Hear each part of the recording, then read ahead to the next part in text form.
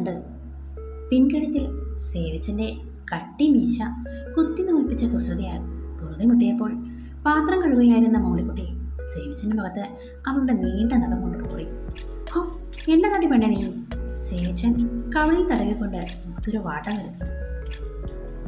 പിന്നല്ലാണ്ട് തിരക്കിട്ട പണിക്കിടയിലാ ഇച്ചാൻ്റെ റൊമാൻസും കൊണ്ട്.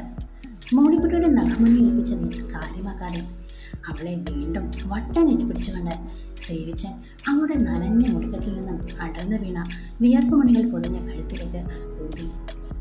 വീട് സേവിച്ച അവൾ കാണും. മോൾ അപ്പുറത്താടി. സേവിച്ചൻ ആ പിടുത്തം ഒന്നുകൂടി മുറുക്കി.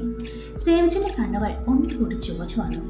അയാളുടെ ആ കരങ്ങൾക്കിടയിൽ നെഞ്ചോട് ചേർന്ന് അവളൊരു പൂച്ചക്കുഞ്ഞിനെ പോലെ അമർന്നു. ഈ സേവിച്ചൻ്റെ കാര്യം ഇങ്ങനെയുണ്ടോ ഒരു പോയി? ഇന്നലെ രാത്രി ദേ എന്നെ കൊണ്ടൊന്നും പറയിപ്പിക്കണ്ട. തലേന്ന് രാത്രിയിലെ സേവിച്ചൻ്റെ പാടോട്ട് മോളിക്കുട്ടി തലയ്ക്ക് കൈയും കൊടുത്ത് പറഞ്ഞു. എന്നിട്ട് തിരിഞ്ഞു നിന്ന് ഒരു ഉന്ത് വെച്ച് കൊടുത്തവള്. നീ ചോറാക്കിയോ? ഇത് കൊണ്ടുപോയി അവളുടെ ബാഗിൽ വയ്ക്കേ. മോളിക്കുട്ടി ലഞ്ച് ബോക്സ് സേവിച്ചൻ്റെ കയ്യിൽ കൊടുക്കുമ്പോൾ സേവി വീണ്ടും അവളുടെ ഉള്ളം കയ്യിലൊന്ന് നുള്ളി. മോള് പോയിട്ട് നീ മുറിയിലേക്കൊന്ന് വാ, എനിക്ക് വിശദമായൊന്ന് കാണണം. ആ ഓവ്, ഇത്ര നാൾ കണ്ടതൊന്നും പോരാ. മോളിക്കുട്ടി പിറുപിറുത്ത് സിയാരമ്മയുടെ സ്കൂൾ ബസ് ഹോണടിച്ചപ്പോൾ ലില്ലി വിളിച്ചു പോയി. കണ്ണാടിക്ക് മുന്നിൽ എത്ര നേരം നിന്ന് ചമഞ്ഞാലും മതി വരാത്ത സിയാരമ്മൾ ഹോണടി കേട്ട ഉടനെ അപ്പച്ചനോടും അമ്മച്ചിയോടും ബൈ പറഞ്ഞ് ഗേറ്ററിയിലേക്ക് ഒരു ഓട്ടം. സിയാരമ്മോൾ പോയപ്പോൾ സേവിച്ചൻ ഓടി വന്ന് അടുക്കളയിൽ ബാക്കി ജോലികളിൽ വ്യാപൃതയായിരുന്ന മോളിക്കുട്ടിയെ വട്ടം മുക്കിയെടുത്ത് നേരെ മുറിയിലേക്ക് വാതിലെന്ന് തുറന്ന് ബെഡിലേക്കിട്ട് ഓടിപ്പോകാതിരിക്കാൻ മോളിക്കുട്ടിയുടെ മടിയിൽ തല വെച്ച് കിടന്ന് സേവിച്ചൻ. മോളി സേവിച്ചൻ്റെ തടവറയിൽപ്പെട്ട വികാരത്തോടെ ഒന്ന് കുണുങ്ങി ചിരിച്ചു. എടി മോളെ, നിനക്ക് ഓർമ്മയുണ്ടോ നമ്മുടെ ആദ്യ രാത്രി? എനിക്ക് ഓർമ്മയില്ല. അന്നത്തെ പോലെയാണ് എച്ചായപ്പോൾ നമ്മൾ. എന്താ കുഴപ്പം? എടി, ഇതിന് പ്രായമുണ്ടോ പെണ്ണെ മോളെ? നീ നമ്മുടെ മാർക്കോസ് അച്ചായനെ കെട്ടിയോൾ ആരെ സമിച്ചയും കണ്ടിട്ടില്ലേ?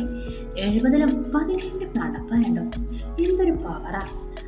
ഈ സ്നേഹം ഉള്ളിട്ടുണ്ട്, എനിക്ക് സ്നേഹമുണ്ട്, ഉള്ളില എന്ന് പറഞ്ഞ് പ്രകടിപ്പിച്ചു കാട്ടാതെ അവസാന കാലം 4 ആൾ കാണുമ്പോൾ കണ്ണീർ ഒലിപ്പിച്ചിട്ട് എന്ത് കാര്യം? ഓഹോ, അപ്പോൾ എനിക്ക് പ്രകടിപ്പിക്കാൻ അറിയില്ലെന്ന് അങ്ങനെയല്ലേ സേവിച്ച? അല്ലടി പോത്തെ. സേവിച്ചൻ നമ്മുടെ അടിവയറിൽ ചിത്രം വരഞ്ഞുകൊണ്ട് കള്ളച്ചിരിയോടെ പറഞ്ഞു. എങ്കിൽ മനുഷ്യ ഒന്നിപ്പോൾ ഞാനേ ഒന്ന് പ്രകടിപ്പിക്കട്ടെ. നിങ്ങളെ ഞാനിന്ന്.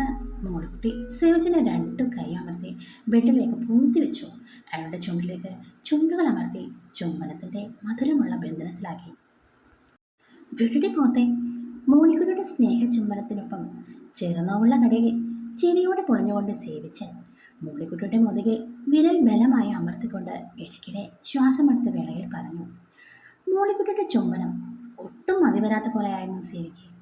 ആ മുറിയിൽ സേവി മോളിക്കുട്ടിയുടെ മടിയിൽ ഒരു കുഞ്ഞിനെ പോലെ മയങ്ങിപ്പോയി. അപ്പച്ചാ, അപ്പച്ചാ! മുഖത്തെ പുതപ്പ് പകഞ്ഞു മാറ്റി കണ്ണു തുറന്നപ്പോൾ പെട്ടെന്ന് സിയാരമ്മോളുടെ മുഖം. ഇരുണ്ട സ്വപ്നത്തിൻ്റെ പിടിയിൽ നിന്നും സേവി പെട്ടെന്ന് വിമുക്തനായ പോലെയായിരുന്നു. സിയാരമ്മോൾ മുഖത്തു നിന്നും പുതപ്പ് മാറ്റുന്നത് വരെ ആ വെളുത്ത പുതപ്പിനടിയിൽ മോളിക്കുട്ടിയുടെ തണുത്തു മരയിച്ച മുഖമായിരുന്നു തന്നോട് ചേർന്നിരുന്നത്. തലവഴി മോള പുതപ്പ് നീക്കിയപ്പോൾ വെളുത്ത തുണികൾക്കിടയിൽ നിന്നും താഴോട്ട് ഊർന്നൂർന്ന് മോളിക്കുട്ടി ഏതോ അദൃശ്യകരങ്ങളിലേക്ക് വീണു.